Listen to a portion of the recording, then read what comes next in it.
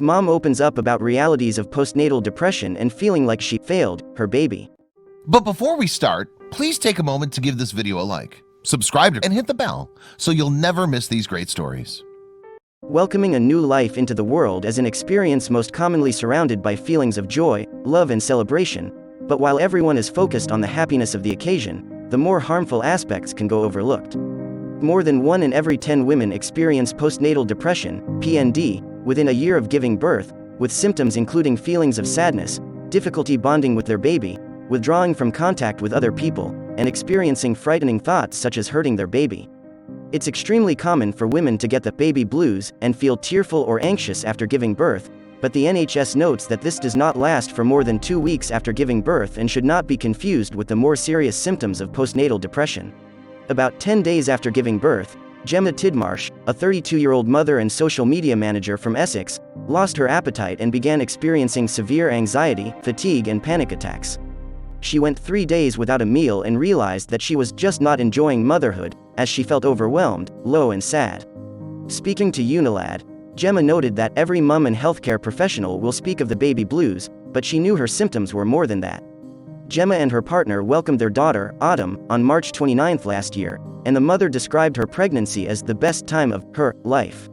She was so excited for the whole 9 months, but when her daughter came along, she felt as though a huge black cloud had descended and hasn't lifted since. The 32-year-old had heard of postnatal depression, but she didn't know the extent of it.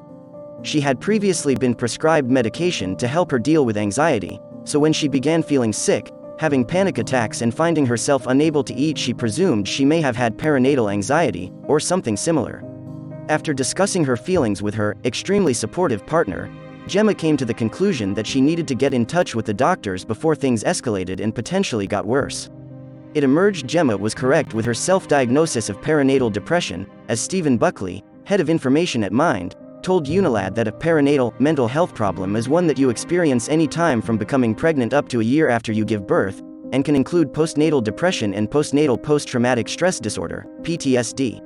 Symptoms and signs can vary from person to person, as with all mental health problems, but if left untreated, postnatal depression can worsen and have a significant impact on the mother and baby, as well as other family members. Thankfully, Gemma found that the support she has received so far is fantastic. After reaching out to her GP, Gemma was put in contact with a health visitor who referred her to the perinatal mental health team to arrange therapy and support. The mum now knows she is on the right path to getting better, but the PND is making her feel like she's failed as a mum already.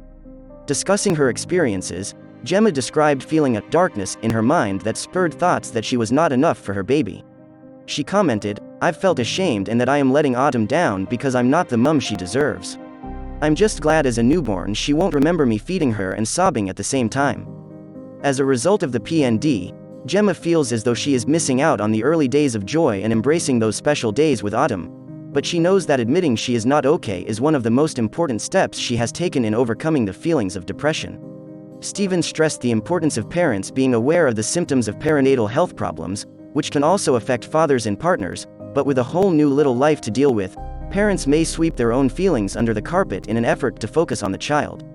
With that in mind, Stephen pointed out that it is equally important for friends and family to understand the symptoms so they can recognize the signs and offer both emotional and practical support.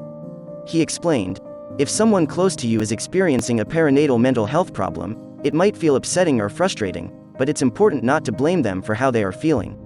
We know that many new parents are afraid to talk about their mental health, which can leave them dealing with difficult feelings and symptoms alone.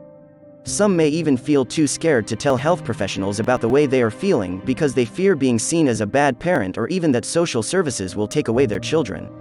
It's important to reassure them that many people have these experiences, and that they can get better."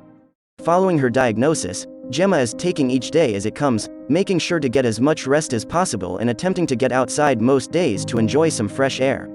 Knowing that she hasn't got the energy to pretend, Gemma advised any other mums who may be experiencing postnatal depression to reach out to a loved one or healthcare professional rather than attempting to suffer in silence.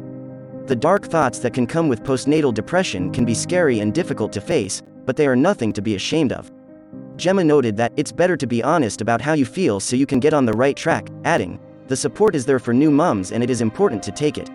Stephen explained that doctors may recommend talking therapies or support groups for new parents so those experiencing perinatal mental health issues can share their thoughts with others, or offer medication to help deal with the symptoms. With the support she is now getting, Gemma is on her way back to finding the excitement and happiness she felt throughout her pregnancy, except this time she can share it with her little girl. Even the most unnerving thoughts that come with postnatal depression can be dealt with, and with little ones growing in front of your eyes, there's no time to waste in reaching out.